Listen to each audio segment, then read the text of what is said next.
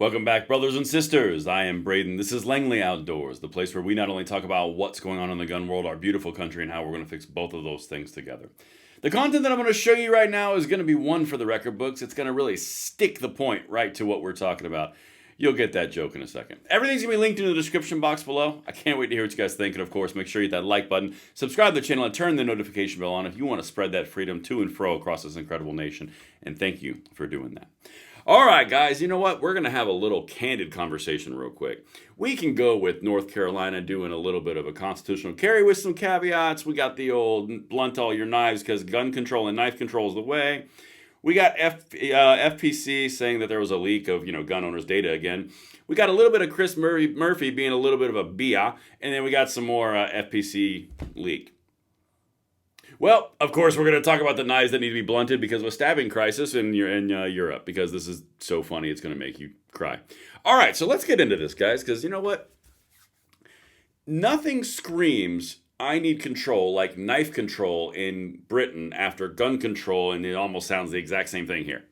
All right, so the whole principle of this video, what we're about to cover, is the incredible insanity of the process of control, okay? Watch this. So the first thing that they do, of course, just like in the United States for gun control, you have to get a star. You have to get a movie star, someone who's good on camera to really state your cause. Ready? Watch this. We're going to watch this video, and then I'll highlight a few things for you. You guys are going to need to see this. The truth is that kitchen knives are perhaps 25% of the knives used in most of the terrible crimes. That's one of the stats in the films. And those kitchen knives are usually a domestic situation. Okay. So kitchen knives, of course, is very difficult. They're a domestic knife. I do think there is areas of innovation that we can do with kitchen knives. I hate to say it, not all kitchen knives need to have a point on them. That sounds like a crazy thing to say, but actually it would reduce. A little. You can still cut your food without the point on the knife, which is an innovative way to sort of... Innovative. That's an innovative way to really get rid of the crime in the Britain because, knives. Okay, let's unpack this. Fair warning, me and Tim had one of probably the funniest episodes we've had on our channel, Second Legacy. You can check it out. It was the episode from today when we covered this. But there's a few things that I really want to highlight here and draw some contrast for the gun controllers here because it undermines their efforts because the continuity is pretty easy to spot. So, first thing that I would like to draw attention to, knives? Okay. This kind of goes to the point that people gonna people, crime's gonna crime, murder gonna murder. So now we're talking about blunting kitchen knives because you don't need the point. So because you can't be trusted, we're just gonna go ahead and blunt that, but it's still gonna have a sharp blade because, that's never killed anyone. Again, the stupidity and the desire for control is it never stops. Where does it stop? Eventually, you have to actually address the issue of the hearts and the minds of the people that they would want to use those things. But that requires a deeper thing around morals and a set understanding of what actual agreements of social contracts are.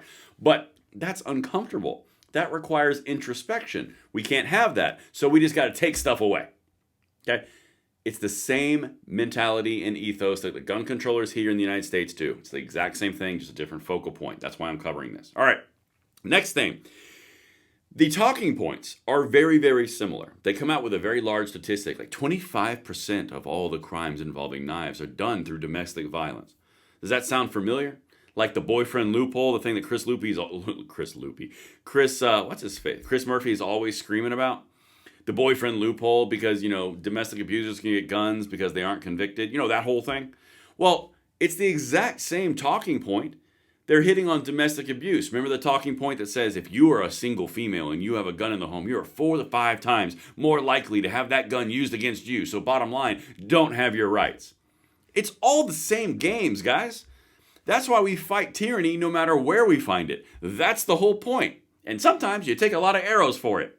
But honestly, tyranny gonna tyranny. Let's keep going. Look at it.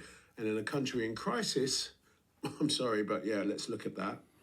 But the truth is all knives, the loophole on the heritage knives allows the sale of ninja swords to be sold. So while, you've got your granddad's sword on there and you want that, that's fine, of course, but it is leaving a loophole for someone to carry a ninja sword. So let's ban them all. And if you need if you have one of those knives, get a license for it. Simple as that. Simple as that. Simple as that. Tea and crumpets, and you have a license. It's amazing. It's so incredible. It's simple as that. Okay. Again, do you see the commonality?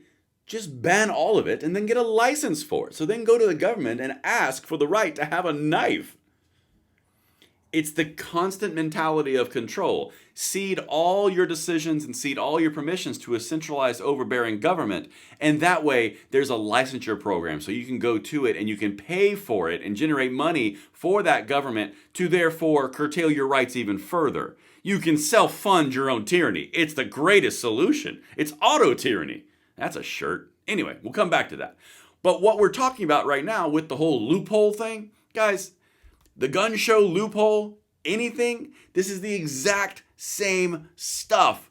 You want to see the future of the U.S. if we stand down? This is the future of the U.S. if we stand down. Because now you're talking about an ancient relic of a grandfather's sword, and that's fine, you can have that. But that loophole was allowing ninja swords. So you can't have zombie knives and heirloom and then also ninja swords. So we just ban them all. And we'll give a complete control to the government entity. They actually managed in a serious conversation to incorporate heirloom, zombie, and ninja in reference to knives, and then worked in licensure to get access to said zombie, ninja, and heirloom knives.